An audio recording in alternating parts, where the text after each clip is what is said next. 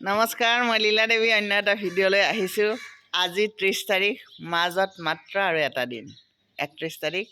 তাৰপিছত এটা নতুন বছৰৰ আৰম্ভণি।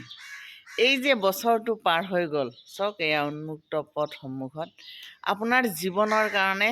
ধৰি লওক আপোনাৰ নতুন বছৰটোৱে আপোনাক এটা খোলা পথ এটা দিছে, আপুনি সেই পথটোৰে আগবাঢ়ি যাব লাগে।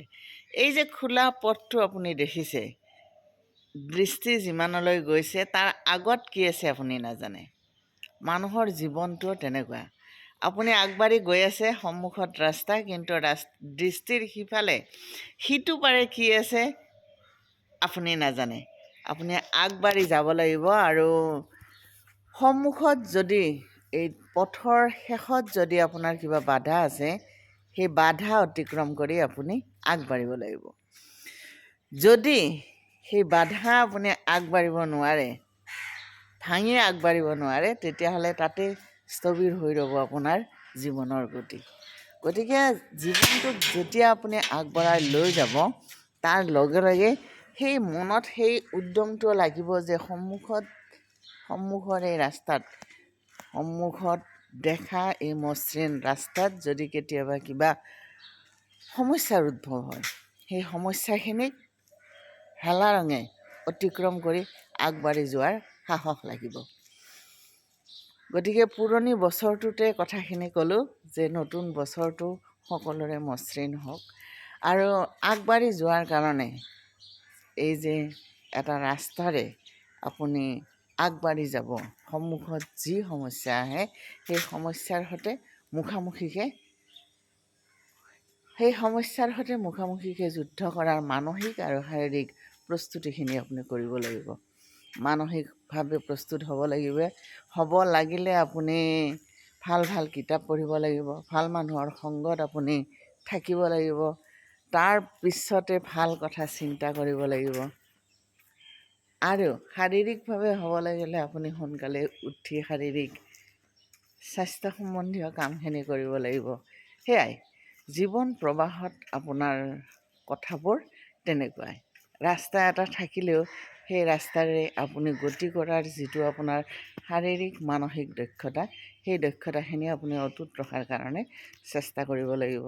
শাৰীৰিক কষ্ট আৰু মানসিক কষ্ট এই দুটাক আপুনি সহজভাৱে লৈ, সেই দুটাক আপুনি শাৰীৰিক দক্ষতা আৰু মানসিক দক্ষতালৈ আচলতে ৰূপান্তৰিত কৰিব লাগিব। কাৰণ জীৱনটো সকলোৰে একে, তেওঁ যিমানেই ধনী নহওক, যিমানেই দুখীয়া নহওক, জীৱন প্ৰবাহৰ সুখ দুখ হাঁহি কান্দোন সকলোৰে একে। সুখত সকলোৱে হাঁহে, দুখত সকলোৱে কান্দে। এয়া মানুহৰ স্বাভাৱিক ধৰ্ম, আৰু ঈশ্বৰ সৃষ্টিত, এয়া প্ৰকৃতিৰ সৃষ্টিত ঈশ্বৰে আচলতে কোনো কৃপণালি কৰা নাই।